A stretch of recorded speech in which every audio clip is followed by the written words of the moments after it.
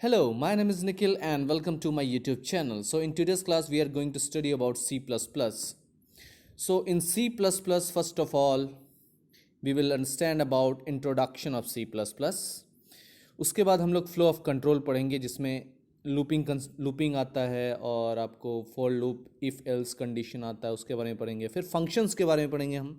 फिर एरेज और स्ट्रक्चर्स के बारे में पढ़ेंगे। ठीक है। उसके बाद फिर आपको इंट्रोड्यूस करवाया जाएगा ऑब्जेक्ट ओरिएंटेड प्रोग्रामिंग से। क्योंकि सी प्लस प्लस एक ऑब्जेक्ट ओरिएंटेड प्रोग्रामिंग लैंग्वेज है। फिर उस प्रोग्रामिंग लैंग्वेज में आपको क्लास और ऑब्जेक्ट का कंसेप्ट बताया जाएगा। फिर पॉलीमॉर्फिज्म का कंसेप्ट बताया जाएगा। फिर इनहेरिटेंस का कंसेप्ट बताया जाएगा। तो चलिए स्टार्ट करते हैं सी प्लस प्लस के इंट्रोडक्शन से। और सबसे पहले सी प्लस प्लस जो है वो बनाया गया था आपको बिजार्ने स्ट्रॉस्ट्रप के द्वारा, जो कि एक डेनिश साइंटिस्ट था जिसका जन्म 30 दिसंबर 1950 को हुआ था। और इन्होंने जो ये सी प्लस प्लस लैंग्वेज है ये 1979 में बनाया था। ठीक है। और ये थे यूनिवर्सिटी कैम्ब्रिज इंग्लैंड में। ठीक है। अब जो बेनिफिट होता है सी प्लस प्लस पढ़ने का वो उस लैंग्वेज का वो ये होता है कि हाईली पोर्टेबल लैंग्वेज होता है आपका। ठीक है। जिसको आप एक डिवाइस से दूसरे डिवाइस में ले जा सकते हैं, इसलिए इसको मल्टी डिवाइस लैंग्वेज भी कहते हैं। इसमें मल्टी प्लेटफॉर्म ऐप डेवलपमेंट हो सकता है। तो सी प्लस प्लस में मल्टी प्लेटफॉर्म ऐप डेवलपमेंट के कारण ये बहुत फेमस हो गया। फिर सी प्लस प्लस जो है वो एक ऑब्जेक्ट ओरिएंटेड प्रोग्रामिंग लैंग्वेज का कंसेप्ट है इसमें, जिसमें आपको क्लासेस आते हैं, इनहेरिटेंस आता है, पॉलीमॉर्फिज्म आता है, डाटा आता है, एब्स्ट्रैक्शन आता है, फिर इनकैप्सुलेशन आता है। तो ये सब आपका ऑब्जेक्ट ओरिएंटेड प्रोग्रामिंग का बेनिफिट्स है। फिर सी प्लस प्लस में बहुत रिच फंक्शन लाइब्रेरी है। फिर ये एक्सेप्शन हैंडलिंग भी अलाउ करता है। फिर इसमें इनहेरिटेंस और फंक्शन ओवरलोडिंग भी पॉसिबल है, जो कि आपको सी लैंग्वेज में पॉसिबल नहीं था। फिर आपका जो सी प्लस प्लस है वो पावरफुल है, एफिशिएंट होता है और फास्ट लैंग्वेज है। इसका प्रोसेसिंग टाइम बहुत फास्ट होता है और ये वाइड रेंज ऑफ एप्लीकेशन में यूज़ होता है, जैसे कि ग्राफिकल यूज़र इंटरफेस से लेके 3D ग्राफिक्स तक, और रियल टाइम मैथमेटिकल सिमुलेशन करने में भी हेल्प होता है। इवन if जो आप गेम खेलते हो वो भी गेम जो है वो सी प्लस प्लस पे बनता है। तो सी प्लस प्लस स्टार्ट करते हैं और सबसे पहले इसमें समझते हैं कैरेक्टर सेट। तो कैरेक्टर सेट जो होता है वो क्या होता है? कलेक्शन ऑफ अल्फ़ाबेट और नंबर्स, सिंबल्स एक्सेट्रा। तो कैरेक्टर सेट जो होता है उसमें क्या होता है आपका? उसमें आपको अल्फ़ाबेट्स होते हैं, नंबर्स होते हैं और सिंबल्स होते हैं, जिसको हम लोग स्पेशल कैरेक्टर भी कहते हैं, जो कि मोस्टली अवेलेबल होता है कीवर्ड के फॉर्म में। तो सी प्लस प्लस जो है एक्सेप्ट करता है कैरेक्टर डिफरेंट फॉर्मेट में। तो जो मोस्ट ऑफ द कैरेक्टर होता है कैरेक्टर सेट, टोकन्स और एक्सप्रेशन जो होता है आपका बहुत कॉमन है सी के। तो मतलब जो सी प्लस प्लस है उसको आप कह सकते हो सी का एडवांस लेवल। तो सी में बहुत सारा फीचर्स नहीं था, जिसको बाद में सी प्लस प्लस में लाया गया। और इसका जो स्ट्रक्चर होता है वो जावा और पीएचपी से भी मिलता है। तो सी प्लस प्लस सी, जावा और पीएचपी से मिलता जुलता लैंग्वेज है।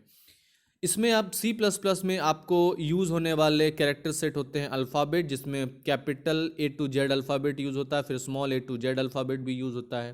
फिर नंबर न्यूमरिक जो है 0 से 9 तक वो भी यूज़ होता है। फिर आपका स्पेशल कैरेक्टर जैसे plus, minus, multiplication, division, not, at the rate, hash, dollar, ampersand, bracket, curly braces, semi colon, colon, question mark, ये सब आपका क्या है? स्पेशल कैरेक्टर में आता है।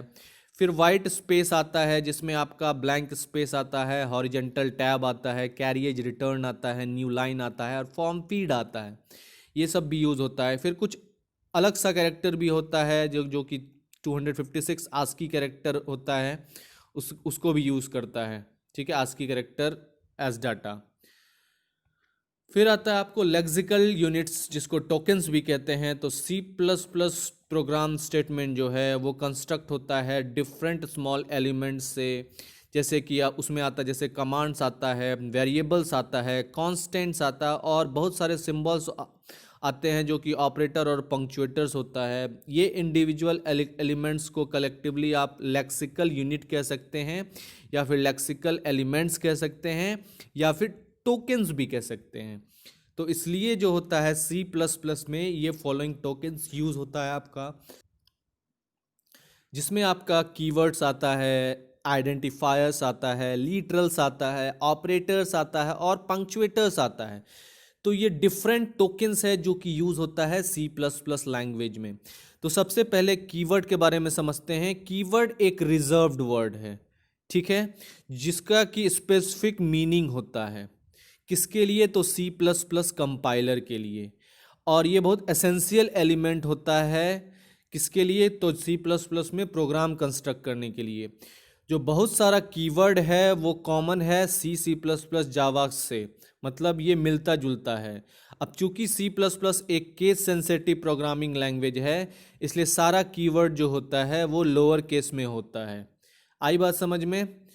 तो कीवर्ड का एग्जांपल जैसे आपका इस तरह से होता है: ASM, auto, break, case, catch, character, class, const, continue, default, फिर delete, do, double, else, enum, extern, float, for, friend, goto, फिर उसके बाद if, inline, int, long, new, फिर operator, private, protected, public, register, फिर return, short, signed, sizeof, static, फिर struct, switch, template, this, throw, फिर try, typedef, union, unsigned, virtual, फिर void, volatile, while.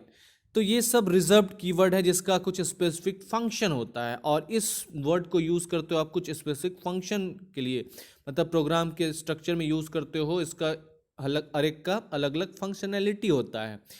तो अब जो है कुछ और एक्स्ट्रा कीवर्ड को इंक्लूड कर दिया गया है रिसेंटली, जो कि है using, namespace, bool, static cast, const cast, dynamic cast, true और फॉल्स।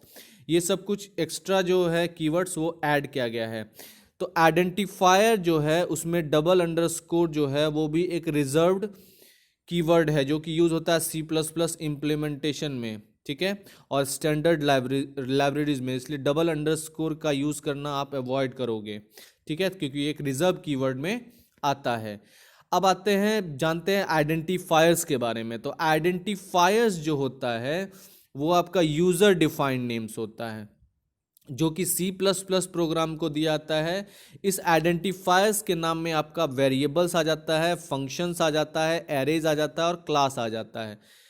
तो इसका जो है ये फंडामेंटल बिल्डिंग ब्लॉक है एक प्रोग्राम का, क्योंकि हर एक लैंग्वेज का एक स्पेसिफिक रूल्स होता है उस पार्टिकुलर आइडेंटिफायर का नाम देने में। जैसे कुछ रूल्स हैं उसको आप फॉलो करोगे ताकि आइडेंटिफायर का नाम आप गलती से गलत ना कर दो और वो एरर ना दे दे। तो इसलिए हमेशा याद रखिए कि जो फर्स्ट कैरेक्टर होता है आइडेंटिफायर का वो अल्फ़ाबेट से शुरू होना चाहिए या फिर अंडरस्कोर से शुरू होना चाहिए। तो उसके बाद दूसरा क्या है आपका कि सिर्फ अल्फ़ाबेट, डिजिट और अंडरस्कोर ही परमिटेड है आपको आइडेंटिफायर के नेम में, ठीक है, और अदर स्पेशल कैरेक्टर जो है वो अलाउ नहीं होता है आइडेंटिफायर के नाम में। फिर C++ एक केस सेंसिटिव लैंग्वेज है, तो ये अपर केस और लोअर केस को डिफरेंटली हैंडल करता है। तो रिजर्व वर्ड जो है कीवर्ड वो आइडेंटिफायर के नाम में यूज़ नहीं होता है। तो जो कीवर्ड मैंने अभी बताया वो आइडेंटिफायर के नाम में यूज़ नहीं होता है। अब ANSI स्टैंडर्ड के अंतर्गत, जिसको अमेरिकन नेशनल स्टैंडर्ड इंस्टीट्यूट कहते हैं, इसमें C++ में कोई लिमिट नहीं है उसके लेंथ का, इसलिए सारा कैरेक्टर जो है वो सिग्निफिकेंट होगा। आई बात समझ में?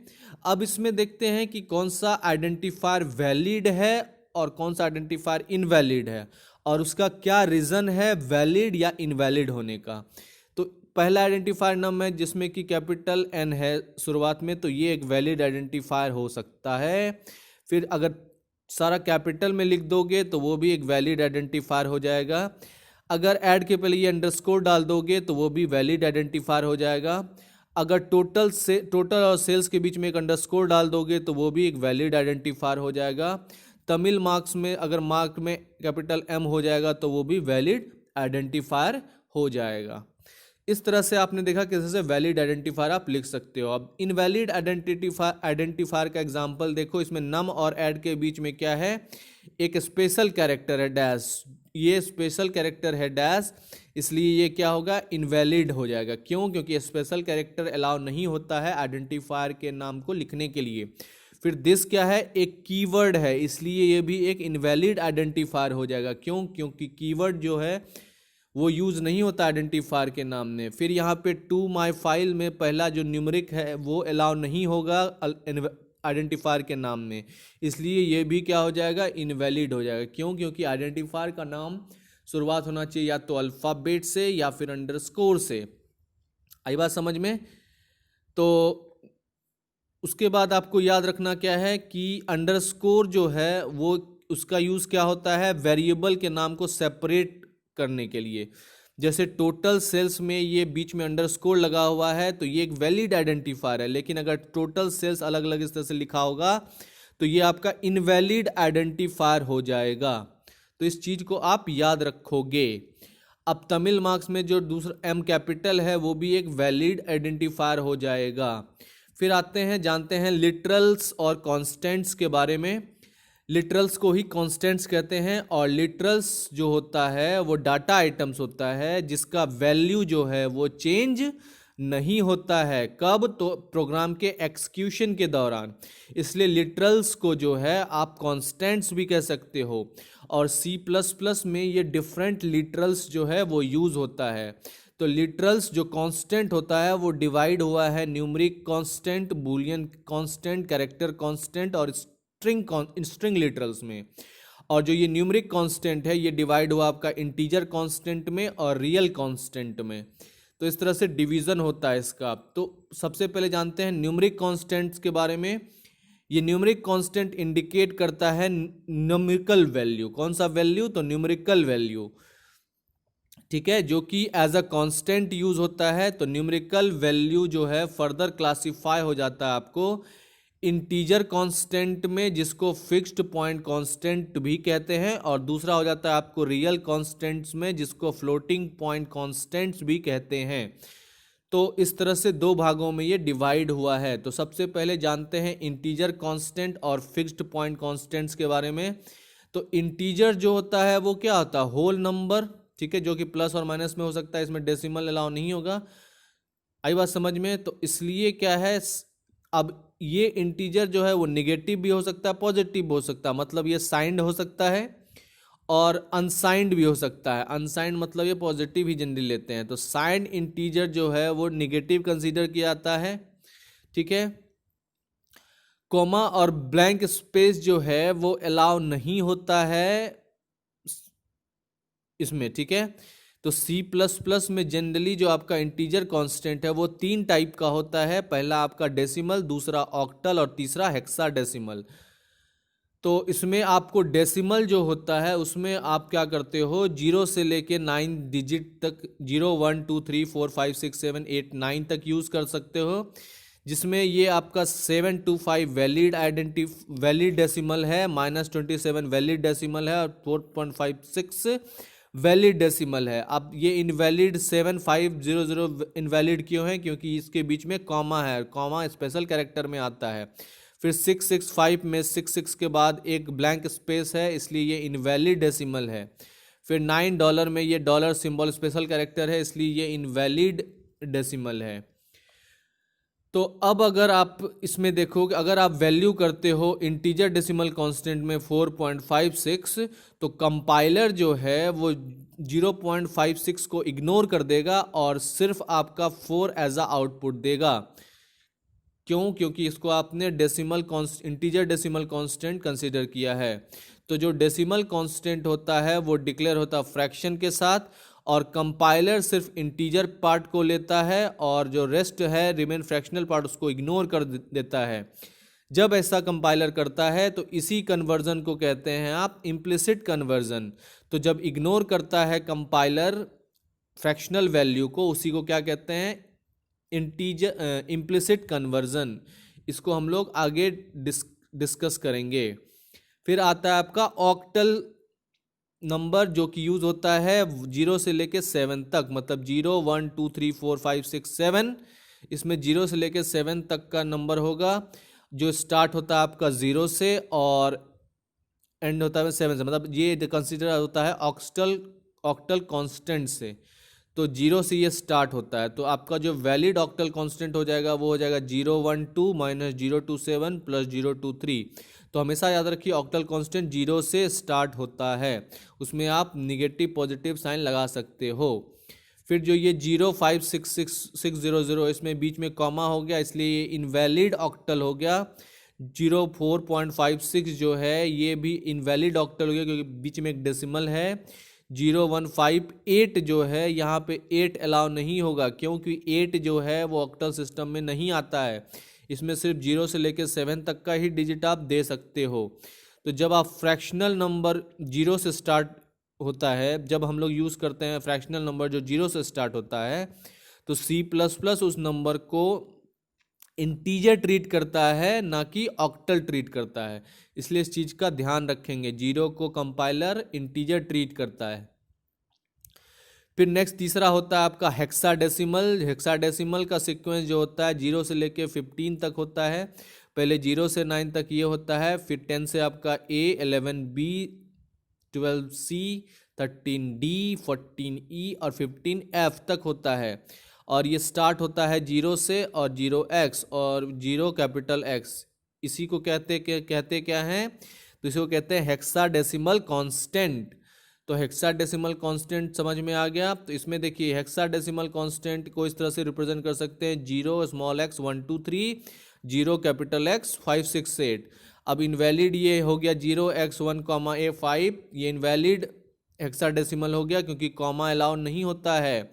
फिर 0x.14e जो है ये इनवैलिड हेक्साडेसिमल हो गया, क्यों, क्योंकि पॉइंट अलाउ नहीं होता है। तो इस तरह से आप देख चुके हो कि वैलिड इनवैलिड क्या होता है।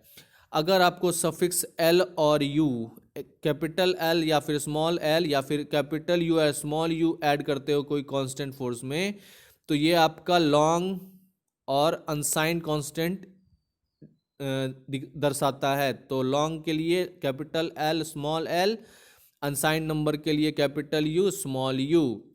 तो इसका जो है आगे देखते हैं। नेक्स्ट आपका क्या आता है, रियल कांस्टेंट या फ्लोटिंग पॉइंट कांस्टेंट। तो पहले आपने इंटीजर कांस्टेंट देखा जिसमें आपको क्या था, डेसिमल, ऑक्टल और हेक्साडेसिमल। अब आते हैं, देखते हैं रियल कांस्टेंट जो कि जिसको कि फ्लोटिंग पॉइंट कांस्टेंट्स भी कहते हैं। तो जो रियल और फ्लोटिंग पॉइंट कांस्टेंट होता है वो एक न्यूमरिक कांस्टेंट है जिसमें फ्रैक्शनल कंपोनेंट होते हैं, और ये कांस्टेंट्स जो हैं वो फ्रैक्शनल फॉर्म या फिर एक्सपोनेंट के फॉर्म में लिखा जा सकता है। जैसे कि फ्रैक्शनल फॉर्म जो होता है आपका रियल कांस्टेंट का, वो साइंड भी हो सकता है या फिर अनसाइंड सीक्वेंस ऑफ डिजिट हो सकता है, जिसमें डेसिमल पॉइंट होता है डिजिट के बीच, ठीक है। और it must have at least 1 digit, इसमें एक डिजिट होना चाहिए before and after decimal point. Decimal के एक पहले और बाद में एक डिजिट होना ही चाहिए। तो इसलिए इस चीज़ में आपको फिर क्या है, पॉजिटिव और नेगेटिव साइन जो है ये भी होता है। तो real constant without any sign उसको क्या कंसीडर कर देंगे, पॉजिटिव कंसीडर कर लेंगे। अब एक्सपोनेंट जो होता है वो क्या होता है, एक रियल कांस्टेंट होता है जिसमें 2 पार्ट होता है आपका, मैंटिसा और दूसरा होता है एक्सपोनेंट। तो मैंटिसा जो होता है वो इंटीजर होता है या फिर रियल कांस्टेंट होता है। मैंटिसा जो है वो ई के पहले लिखा जाता है, या कैपिटल या स्मॉल ई जिसको एक्सपोनेंट कहते हैं उससे पहले लिखा जाता है, और जो एक्सपोनेंट होता है वो बाद में लिखा जाता है। तो इस तरह से इसको रिप्रेजेंट किया जाता है, जैसे यहाँ पे 5 8 पर 2 to 4 to 6 अगर आपने 0 डाल दिया तो इसको आप लिख सकते हैं कैसे, तो इसको लिख सकते हैं 0.58 इंटू 10⁸, जिसमें 0.58 को आप ई के पहले लिख दोगे तो ये मैंटिसा हो गया, और जो 10⁸ में जो ये पावर है उसको आप ई के बाद लिख दोगे तो ये आपका हो गया क्या, 0.58 हो गया आपका मैंटिसा, और ये जो 8 हो गया ये हो गया एक्सपोनेंट। आई बात समझ में।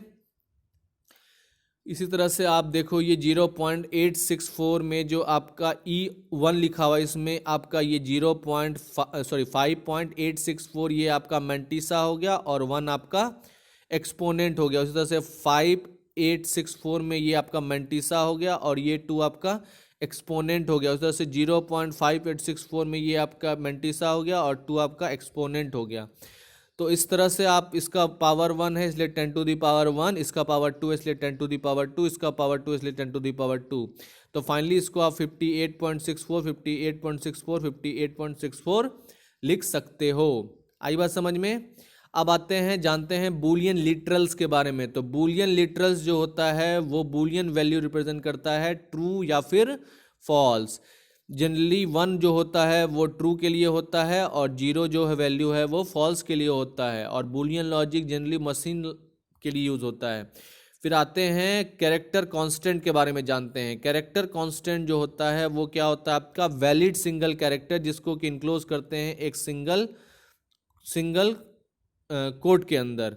तो जब सिंगल कोड के अंदर होगा तो उसको क्या कहेंगे, कैरेक्टर कांस्टेंट। ठीक है, अगर डबल कोट के अंदर हो जाएगा तो वो कैरेक्टर कांस्टेंट नहीं कहलाएगा, वो लिटरल्स हो जाता है। तो इसलिए यहाँ पे आपको ध्यान रखना है कि सिंगल कोट है तो वो कैरेक्टर कांस्टेंट हो जाता है, और डबल कोट है तो डबल कोट दोगे तो वो इनवैलिड कैरेक्टर कांस्टेंट हो जाएगा। तो इसलिए जो है सिंगल कैरेक्टर कांस्टेंट का जो है वो क्या है, आस्की वैल्यू के इक्विवेलेंट होता है। जैसे एग्जांपल में सिंगल कोट के अंदर जो ए है इसका आस्की वैल्यू आपका 65 हो जाता है। फिर आपका एस्केप सीक्वेंस आता है और नॉन ग्राफिक कैरेक्टर आता है। अब एस्केप सीक्वेंस और नॉन ग्राफिक कैरेक्टर जो होता है वो क्या होता है, तो वो एक नॉन प्रिंटेबल कैरेक्टर होता है। ठीक है, नॉन प्रिंटेबल कैरेक्टर होता है, ठीक है, जो कि एज अ कैरेक्टर कांस्टेंट की तरह यूज होता है। तो नॉन प्रिंटेबल कैरेक्टर जो होता है उसको नॉन ग्राफिकल कैरेक्टर भी कहते हैं, और नॉन प्रिंटेबल कैरेक्टर जो होता है वह कैरेक्टर होता है जो कि डायरेक्टली टाइप नहीं होता है। कहाँ से, तो कीबोर्ड से। कब, तो एक्सक्यूशन के दौरान। किसका, तो प्रोग्राम का, C++ के प्रोग्राम का। जैसे कि आपका एग्जांपल हो जाता है बैक स्पेस, ये क्या है, एक एस्केप सीक्वेंस है। टैब्स क्या है, एक एस्केप सीक्वेंस है। और ये जो है नॉन प्रिंटेबल कैरेक्टर है, रिप्रेजेंट होता है एस्केप सीक्वेंस से। और एस्केप सीक्वेंस जो है वो रिप्रेजेंट किया जाता है बैक स्लैश से। ठीक है, बैक स्लैश, और उसके बाद 1 या 2 कैरेक्टर हो सकता है। जैसे एग्जाम्पल के तौर पे देखा जाए तो ये कुछ आपका एस्केप सीक्वेंस है, ठीक है, जिसको नॉन ग्राफिकल कैरेक्टर भी कहते हैं। ये है आपका _A, जिसका मतलब होता है ऑडिएबल और अलर्टेबल। फिर _B, जिसका मतलब होता है बैक स्पेस। फिर _F होता है जिसको फॉर्म फीड कहते हैं। _N को न्यू लाइन या फिर लाइन फीड कहते हैं। फिर _R को कैरिएज रिटर्न कहते हैं। फिर _T को हॉरिजॉन्टल टैब कहते हैं। उसी तरह से फिर आपका आ जाता है क्या, _V, इसको कहते हैं वर्टिकल टैब। और डबल बैकस्लैश को जो होता है उसको बैकस्लैश ही कहते हैं। फिर बैकस्लैश के साथ जो सिंगल कोट होता है इसको सिंगल कोट कहते हैं। बैकस्लैश के साथ डबल कोट जो होता है इसको डबल कोट कहते हैं। बैकस्लैश के बाद क्वेश्चन मार्क होता है इसको क्वेश्चन मार्क कहते हैं। बैकस्लैश के बाद अगर ON लिखा हो तो उसको ऑक्टल नंबर कहेंगे। बैकस्लैश के बाद अगर x HN लिखा हुआ तो ये हेक्साडेसिमल नंबर हो जाएगा। और _0 ये नल वैल्यू हो जाएगा। तो ये आपका डिफरेंट रिप्रेजेंटेशन है एस्केप सीक्वेंस का। अब एस्केप सीक्वेंस में कितना कैरेक्टर होता है, तो 2 कैरेक्टर होता है। ठीक है, इसलिए क्या है, इस दोनों को आपको सिंगल कोट में इनक्लोज करना होगा। क्यों, क्योंकि C++ जो है वो एस्केप सीक्वेंस को कैरेक्टर कांस्टेंट मानता है और ये एलोकेट करता है 1 बाइट का मेमोरी। ठीक है, किसमें, तो आस्की रिप्रेजेंटेशन में। आई बात समझ में। आस्की मतलब होता है आपका American standard code for information interchange, American standard code for information interchange.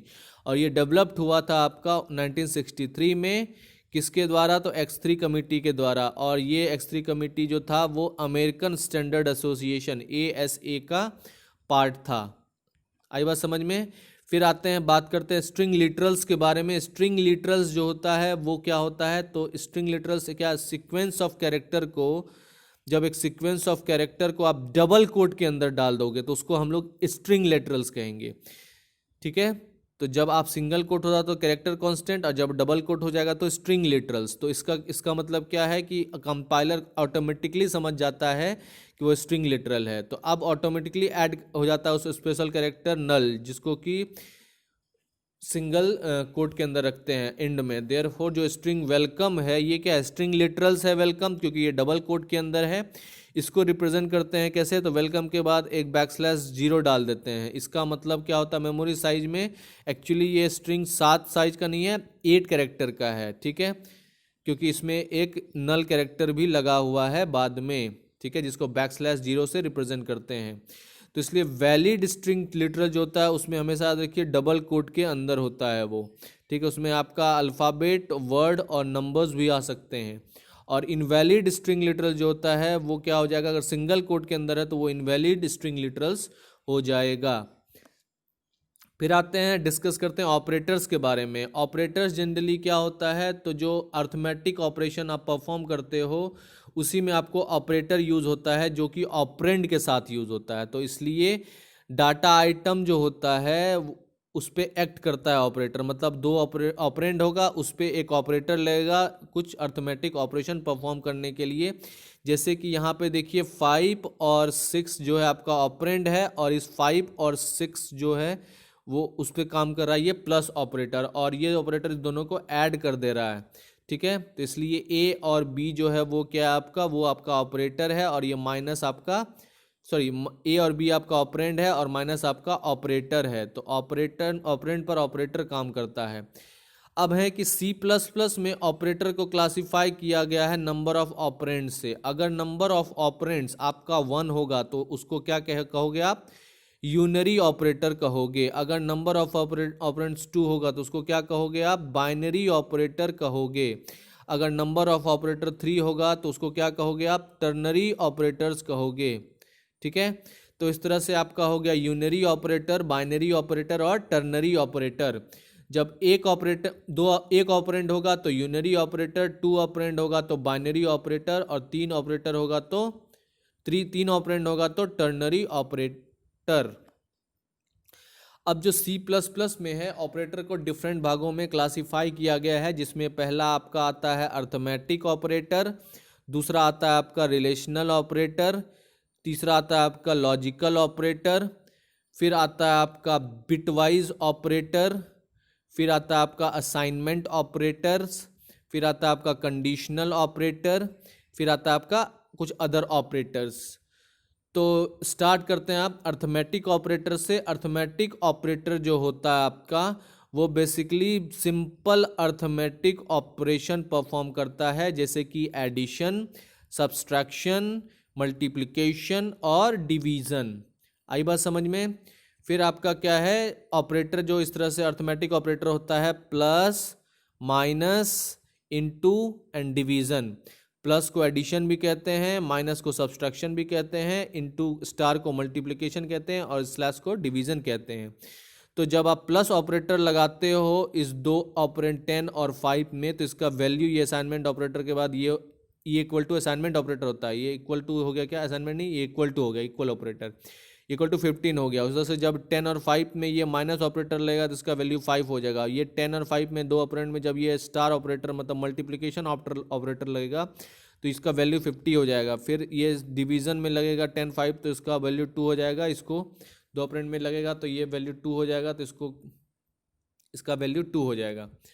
उधर से डिवीज़न जो होता है उसमें क्या होता है 10 टू द पावर, ये डिवीज़न ऑपरेटर लगा यहाँ दो ऑपरेंड के बीच में तो आपका वैल्यू 2 हो गया। फिर मॉडुलस ऑपरेटर लगा दो ऑपरेंड के बीच में तो इसमें क्या होता है रिमाइंडर जो बचता है उसी के लिए मॉडुलस लगाते हैं। तो 10 को जब 3 से डिवाइड करोगे तो आपका जो रिमाइंडर होगा 1 होगा, इसलिए 10 मॉडुलस 3 लिखा हमने। ठीक है, तो जो एबव मेंशन अर्थमेटिक ऑपरेटर है वो उसको बाइनरी ऑपरेटर भी कहते हैं। क्यों? क्योंकि उसमें दो ऑपरेंड का यूज हुआ है, तो मिनिमम जब दो ऑपरेंड का यूज होता है उसको बाइनरी ऑपरेटर कहते हैं। अब आते हैं, बात करते हैं इंक्रीमेंट और डिक्रीमेंट ऑपरेटर्स के बारे में। तो आपका जो ये प्लस प्लस ऑपरेटर है ये आपका इंक्रीमेंट ऑपरेटर कहलाता है, और जो ये माइनस माइनस ऑपरेटर है इसको डिक्रीमेंट ऑपरेटर्स कहते हैं। अब आइए बात करते हैं इस इंक्रीमेंट और डिक्रीमेंट ऑपरेटर के बारे में। तो इंक्रीमेंट और डिक्रीमेंट ऑपरेटर जो है वो क्या होता है, सिंगल ऑपरेंड पे काम करता है और एक नया वैल्यू रिटर्न करता है। तो ये ऑपरेटर जो होता है वो यूनरी ऑपरेटर होता है। और इंक्रीमेंट ऑपरेटर क्या करता है, एक ऐड करता है अपने ऑपरेंड में, या फिर डिक्रीमेंट ऑपरेटर जो होता है वो एक सब्सट्रैक्ट करता है अपने ऑपरेंड से। तो बेसिकली जो इंक्रीमेंट और डिक्रीमेंट ऑपरेटर होता है उसका इस तरह से काम होता है। अगर x प्लस प्लस लिखा हो तो इसका मतलब होता है x equal to x plus 1। अगर x माइनस माइनस लिखा हो तो इसका मतलब होता है x equal to x minus 1। ठीक है, तो इस तरह से आप इंक्रीमेंट डिक्रीमेंट का ऑपरेटर का यूज़ करते हो। तो जो इंक्रीमेंट डिक्रीमेंट होता है मतलब प्लस प्लस और माइनस माइनस ऑपरेटर होता है, इसको दो कैटेगरी में रखा गया, एक तो प्रीफिक्स पहले और एक पोस्ट फिक्स बाद में। ठीक है, वेरिएबल के लगता है। तो अगर प्रीफिक्स वर्जन लगता है सी प्लस प्लस में तो पहले इंक्रीमेंट या डिक्रीमेंट हो जाता है ऑपरेंड पे, फिर ऑपरेटर परफॉर्म करता है उस पर। जैसे कि एक एग्जांपल लेते हैं, n1 का वैल्यू 10, n2 का वैल्यू 20। फिर इस पर क्या करते हैं, प्रीफिक्स इंक्रीमेंट ऑपरेटर लगाते हैं, इसमें भी प्रीफिक्स इंक्रीमेंट ऑपरेटर लगाते हैं और एक बीच में प्लस एडिशन ऑपरेटर लगाते हैं। अब इसमें देखिए n1 का वैल्यू 10 और n2 का वैल्यू 20 है। तो पहले ये क्या करेगा, n1 का वैल्यू को इंक्रीमेंट करके ये क्या कर देगा 11 कर देगा, और n2 का वैल्यू को ये इंक्रीमेंट करके क्या कर देगा 21 कर देगा। अब जो बीच में ये प्लस ऑपरेटर है इस दोनों वैल्यू को ऐड करके 32 कर देगा। तो यहाँ पे दो ऑपरेंड था n1 और n2, इस पे पहले क्या हुआ, ये ऑपरेंड पहले इंक्रीज हो जाता है फिर जाके इस पे ऑपरेटर काम करता है। तो इसको कहते हैं प्रीफिक्स इंक्रीमेंट ऑपरेटर। यहाँ पे पहले वैल्यू एक से इंक्रीमेंट हो गया फिर उस पर लगा उस पर। फिर इसी तरह से आपको क्या होता है, पोस्ट फिक्स वर्जन जो होता है ऑपरेटर का, उसमें क्या होता है इंक्रीमेंट डिक्रीमेंट नहीं होता है, पहले ऑपरेटर ऑपरेशन परफॉर्म कर देता है।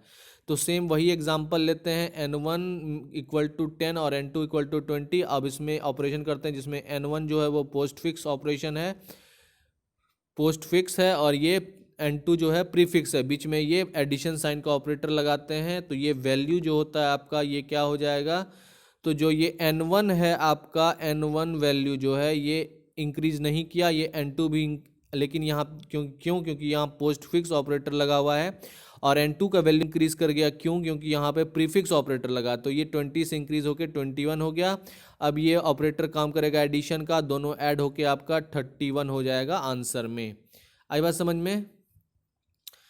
फिर आते हैं, तो इस तरह से आपने देखा, इस तरह से एक बार और कैटेगराइज कर लेते हैं कि कैसे आपका प्रीफिक्स और पोस्ट फिक्स ऑपरेशन काम करता है। अगर आप n का वैल्यू 2 मानते हो, ठीक है, तो आपको a का वैल्यू बताना है। तो जब आपका इंक्रीमेंट ऑपरेटर यूज होता है तो यहाँ पे a प्लस प्लस n अगर प्रीफिक्स लिखा हुआ है, ठीक है, तो एक n का वैल्यू क्या है 2 है, तो ये पहले क्या हो जाएगा इंक्रीमेंट होके 3 हो जाएगा। ठीक है, अगर decrement operator a minus minus n लगाएंगे तो ये पहले डिक्रीज होके 1 हो जाएगा।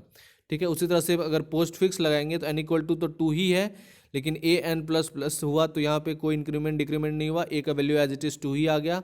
अगर a equal to n minus minus postfix लगाया तो a का वैल्यू इंक्रीज डिक्रीज नहीं हुआ, a इक्वल टू 2 ही हो गया।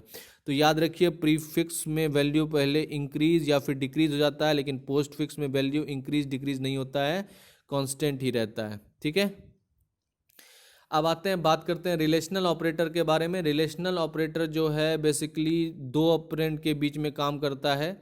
ठीक है, और ये रिलेशन बताता है दो ऑपरेंड के बीच में। इसका बुलियन वैल्यू होता है 1 ट्रू के लिए और 0 आपका फॉल्स के लिए। तो बेसिकली सी प्लस प्लस में 6 रिलेशनल ऑपरेटर होता है, जिसमें पहला ऑपरेटर होता है आपका ग्रेटर देन, दूसरा होता है लेस देन, तीसरा होता है ग्रेटर देन इक्वल टू, चौथा होता है लेस देन इक्वल टू, पांचवा होता है इक्वल टू और छठा होता है नॉट इक्वल टू। तो ग्रेटर देन जो होता है वो आपका क्या होता है, तो A greater than B, A less than B, A greater than equal to B, A less than equal to B, A equal to B और A is not equal to B. तो हमेशा याद रखिए इक्वल टू का sign मतलब दूसरा चीज़ होता है, असाइनमेंट ऑपरेटर होता है, वो साइन करता है वैल्यू, ये आपका इक्वल ऑपरेटर होता है। ठीक है, तो ये आपका रिलेशनल ऑपरेटर है जो दो ऑपरेंड के बीच रिलेशन इस्टेब्लिश करता है। तो यहाँ इस एग्जांपल में ए और बी क्या था, आपका ऑपरेंड था, ठीक है, जो कि रिलेशन बता रहा था। और यहाँ पे 6 रिलेशन ऑपरेटर जो था वो क्या था, बाइनरी ऑपरेटर्स था ये।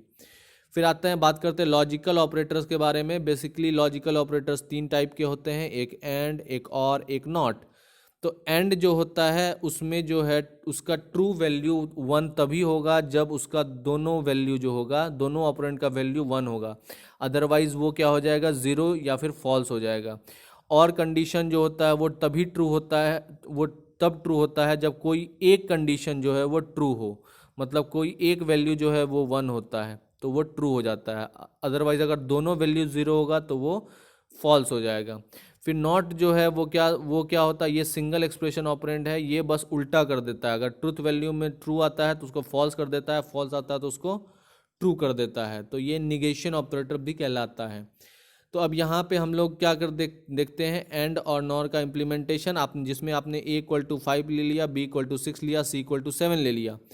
अब यहाँ पे कंसिडर करते हैं ए लेस देन बी। तो A less than B, 5 less than 6 है क्या, नहीं, 5 लेस देन 6 तो है ही। फिर and B less than C, तो B less than 6 less than 7 है, हाँ है। तो दोनों रिजल्ट 1 1 आया, तो 1 1 आया, बीच में एंड ऑपरेटर लगा है तो ये क्या हो जाएगा, ट्रू हो जाएगा। फिर उसी तरह से देखिए ए ग्रेटर देन बी, तो ए 5 ग्रेटर देन 6 है क्या, नहीं। फिर बी लेस देन सी, तो B less than C true है, तो ये आपका ट्रू हो गया और ये आपका फॉल्स हो गया। तो फॉल्स के लिए 0, ट्रू के लिए 1।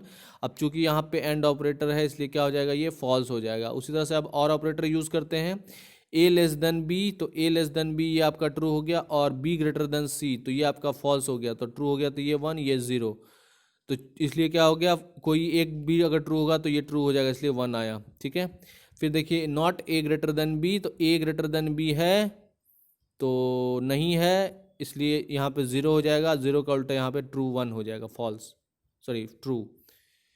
तो इस तरह से आप देखते हो। फिर आते हैं, बात करते हैं बिटवाइज ऑपरेटर के बारे में। बिटवाइज ऑपरेटर जो है वो एक एक मतलब एक एक बिट ऑफ डाटा पे परफॉर्म करता है। ठीक है, each operator work on each bit of data, और ये परफॉर्म करता है बिट बाय बिट ऑपरेशन। यहाँ बेसिकली क्या होता है, 3 काइंड ऑफ बिटवाइज ऑपरेटर होता है। पहला होता है आपका लॉजिकल बिटवाइज ऑपरेटर, दूसरा होता है बिटवाइज शिफ्ट ऑपरेटर, और तीसरा होता है वंस कंप्लीमेंट ऑपरेटर। तो लॉजिकल बिटवाइज, फिर बिटवाइज शिफ्ट और वंस कंप्लीमेंट ऑपरेटर क्या होता है, इसको डिस्कस करते हैं। तो जो बिटवाइज एंड होता है वो इस तरह से सिंगल एम्परसेंट के साथ यूज करते हैं, इसको बाइनरी एंड कहते हैं।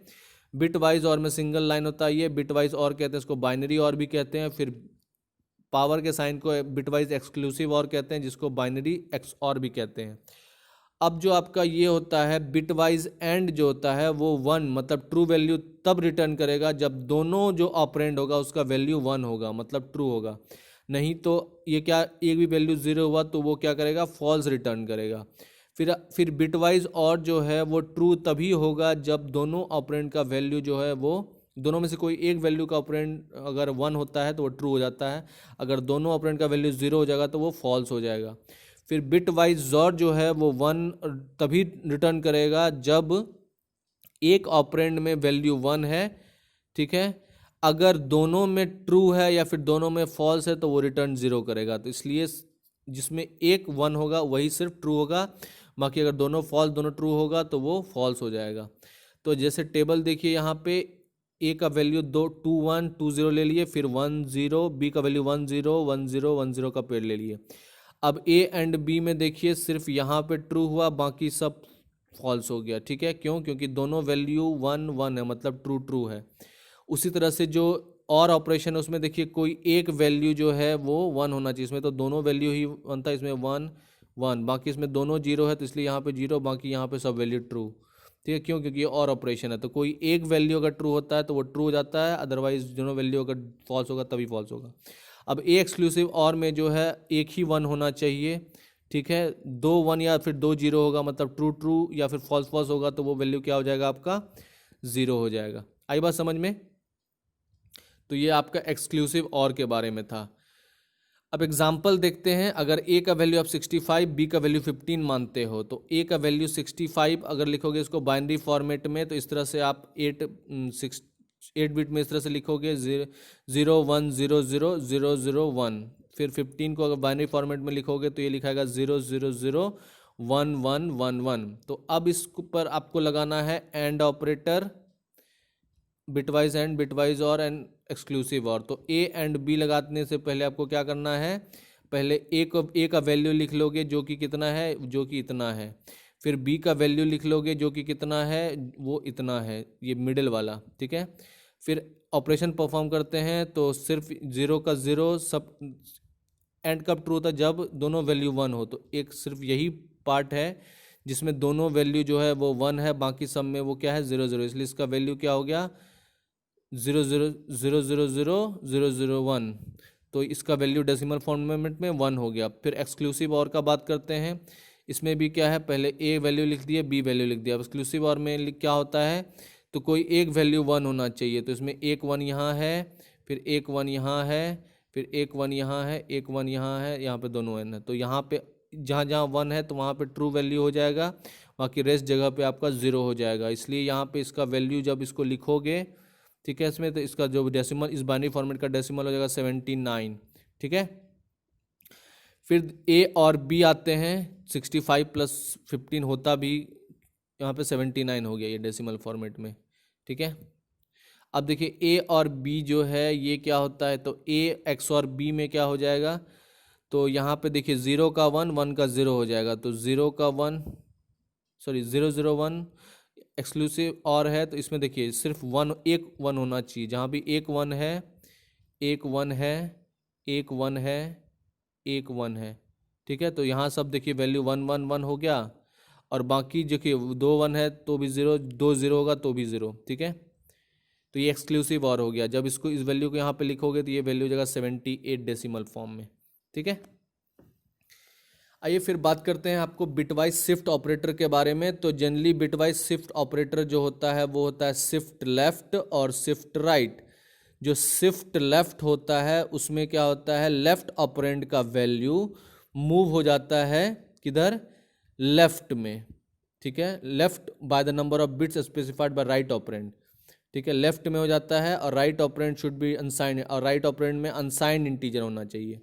और जो आपका शिफ्ट राइट होता है उसमें वैल्यू, और अब जो लेफ्ट ऑपरेंड का वैल्यू होता है वो मूव कर जाता है राइट की ओर by the number of bits specified by the right operand. और राइट ऑपरेंड को आप अनसाइंड इंटीजर भी कहते हो। आई बात समझ में? जैसे एग्जांपल के तौर पे देखो, ए ग्रेटर ए क्या है, यहाँ पे क्या हो गया? लेफ्ट शिफ्ट हुआ। तो यहाँ पे देखिए इधर से ये तीनों 1 जो है वो शिफ्ट होके इधर चला जाएगा, और इस जगह पे क्या आ जाएगा? 0 आ जाएगा। ठीक है, उधर से 0 आ जाएगा पीछे से, तो ये इधर हो गया, बाकी इधर 1 0 ये बच गया उधर का। ठीक है, और राइट शिफ्ट करेंगे तो क्या करेंगे? ये 2 0 कहाँ चल जाएगा? आपका पीछे चले जाएगा, और ये 1 जो है ये हट जाएगा। ठीक है, और बाकी ये 1 बच गया, इसलिए इसका 3 to the power 10 हो गया। तो ये लेफ्ट शिफ्ट और राइट शिफ्ट था। आई बात समझ में? फिर आते हैं बिटवाइज वनस कम्प्लीमेंट का बात करते हैं। इसमें आपको टिल्ड साइन जो है वही यूज़ होता है, इसको टिल्ड साइन कहते हैं। टिल्ड साइन में 1 का 0 और 0 का 1 हो जाता है, और इसको यूनरी ऑपरेटर कहते हैं। जैसे ए का वैल्यू क्या? 15, इसको बाइनरी इक्विवेलेंट ये होता है। तो ए का वैल्यू पहले आप लिख लोगे इस तरह से, और इसका बाइनरी इक्विवेलेंट लिख लिया। अब इसका कंप्लीमेंट कर दो, 0 का 1, 0 का 1, 0 का 1, 0 का 1, 1 का 0, 1 का 0, 1 का 0, 1 का 0। ठीक है, और इस वैल्यू को जब आप लिख लोगे तो ये वैल्यू हो जाएगा माइनस, क्योंकि यहाँ पे 1 है। 1 जब होता है सबसे लेफ्ट मोस्ट बिट में, मोस्ट सिग्निफिकेंट बिट, तो वो क्या होता है? निगेटिव होता है, तो इसलिए 16 10 हो गया ये। आई बात समझ में?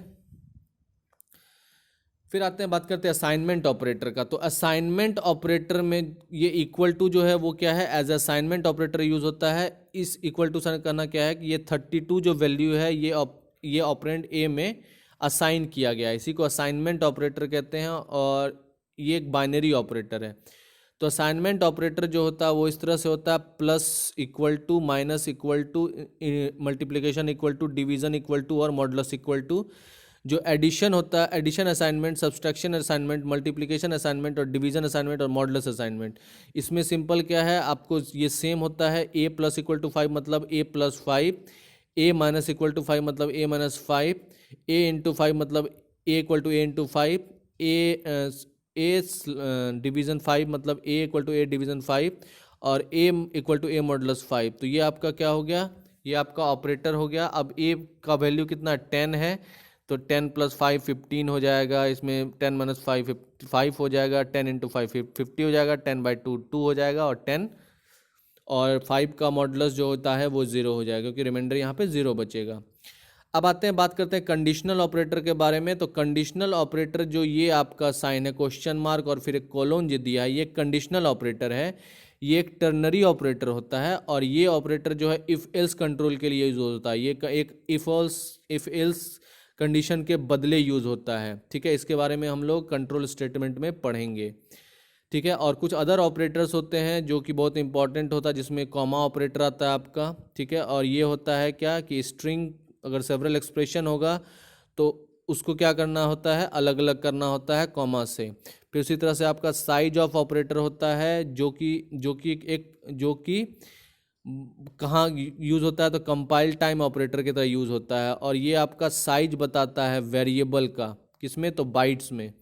फिर ये पॉइंटर भी एक हो जाता है ऑपरेटर। ये स्टार जो है एक तो मल्टीप्लिकेशन की तरह यूज़ होता है, लेकिन ये एक पॉइंटर टू अ वेरिएबल के तरह भी यूज़ होता है। ये एम्परसेंड जो है ये एड्रेस ऑपरेटर होता है, जो एड्रेस बताता है। फिर आपका कंपोनेंट सिलेक्शन होता है, जिसमें इनटू डैश, ये आपका डायरेक्ट कंपोनेंट सेलेक्टर है, ये इनडायरेक्ट कंपोनेंट सेलेक्टर है। फिर आपका क्लास मेंबर ऑपरेटर होता है, ये आपका स्कोप रेजोल्यूशन ऑपरेटर है, स्कोप एक्सेस स्कोप रेजोल्यूशन। फिर डॉट स्टार ये डेरिफरेंस है। फिर ये डैश ये डेरिफरेंस पॉइंटर टू क्लास मेंबर है।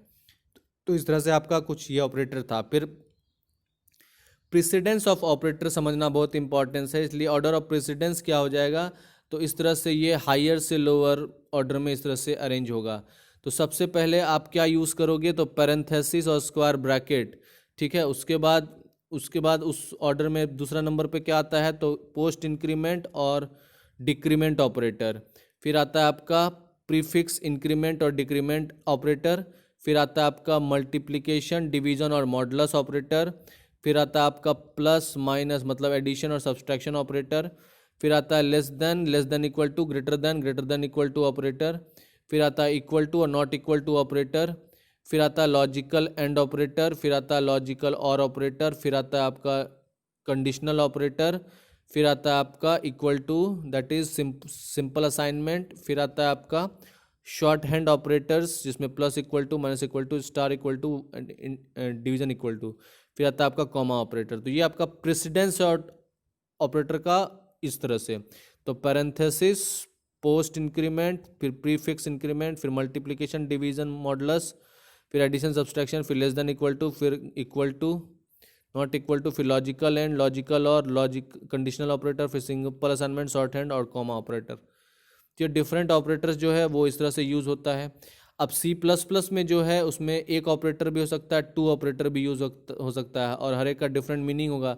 जैसे आस्टरिस्क जो है वो मल्टीप्लिकेशन की तरह भी यूज़ होता है, और पॉइंटर टू अ वेरिएबल भी ये होता है। तो इस चीज़ को आप ध्यान रखोगे। फिर आता है पंक्चुएटर्स। तो पंक्चुएटर्स जो होता है वो क्या होता है, सिम्बॉल्स होता है, जो कि एक डेलीमीटर्स की तरह यूज़ होता है। कब, तो C++ प्रोग्राम को कंस्ट्रक्ट करते समय। और जो इसको सेपरेटर भी कहते हैं, ठीक है। और C++ में ये फॉलोइंग पंक्चुएटर हैं जिसको आपको याद रखना है, जिसमें पहला आता है कर्ली ब्रेसेस। कर्ली ब्रेसेस जो होता है वो इंडिकेट करता है स्टार्ट और end of the block of code. और जो ब्लॉक ऑफ कोड है उसमें एक और ज़्यादा एक्सिक्यूटेबल स्टेटमेंट हो सकता है, ठीक है। ये स्टेटमेंट को कंबाइन करते हैं तो ये कंपाउंड स्टेटमेंट कहलाता है। और ये सारा चीज़ लिखा जाता है क्या, कर्ली ब्रेसेस के अंदर। तो इस प्रोग्राम में 2 कर्ली ब्रेसेस के अंदर ये लिखा गया आपको प्रोग्राम कोड, जिसमें x और y 2 वेरिएबल है और सम भी एक वेरिएबल है। फिर उस पर सम ऑपरेशन हुआ, फिर उसका स्क्रीन पे प्रिंट आउट निकाला गया। फिर आता है, बात करते हैं पैरेंथेसिस के बारे में। पैरेंथेसिस आपका ओपनिंग क्लोजिंग पैरेंथेसिस इंडिकेट करता है फंक्शन कॉल, ठीक है, और फंक्शन पैरामीटर, इस जैसे कि CLR, SCR, clear screen, int main, ये सब क्या है आपका, ये सब आपका पैरेंथेसिस है यहाँ पे। फिर स्क्वायर ब्रैकेट जो होता है ये इंडिकेट करता है सिंगल या मल्टी डायमेंशनल एरे, जैसे इंट 5 कैरेक्टर नेम 50, मतलब ये साइज बताता है। फिर कॉमा ऑपरेटर जो होता है वो सेपरेट करता है एक्सप्रेशन को, जैसे int x comma y equal 20 equal to sum, तो ये आपका क्या है, कॉमा ऑपरेटर है। फिर सेमी कॉलोन आता है। सेमी कॉलोन जो होता है, हर एक एक्सिक्यूटेबल स्टेटमेंट जो होता है C++ का, वो टर्मिनेट होना चाहिए सेमी कॉलन से। याद रखना आपको, ये चीज़ बहुत ही ज़्यादा इंपॉर्टेंट है। हर एक प्रोग्राम का स्टेटमेंट क्या होता है, सेमी कॉलन से टर्मिनेट होता है हर एक प्रोग्राम का, ठीक है। तो इस कोड के अंदर जितना भी आपने देखा ये सब क्या था, आपका सेमी कॉलन था। फिर कॉलन जो होता है वो लेबल स्टेटमेंट, लेबल करने के लिए स्टेटमेंट होता है, जैसे प्राइवेट एग्जाम्पल इसका। कमेंट में ये डबल स्लैश जो होता है ये एक सिंगल लाइन कमेंट है, ठीक है, जिसको कंपाइलर इग्नोर कर देता है। और ये जो स्टार स्टार वाला ये मल्टी लाइन कमेंट है, तो सिंगल लाइन के लिए डबल स्लैश और मल्टी लाइन के स्टार और स्लैश, ठीक है। ये आपका वो comment, this is written by myself learn CPP, ये आपका क्या है, सिंगल लाइन कमेंट है, मल्टी लाइन कमेंट है, ठीक है। So I hope you have understood the basic fundamental of C++. So thank you so much. If you have liked my videos, then please do like and subscribe the channel for the regular updates, and all the very best for your exam.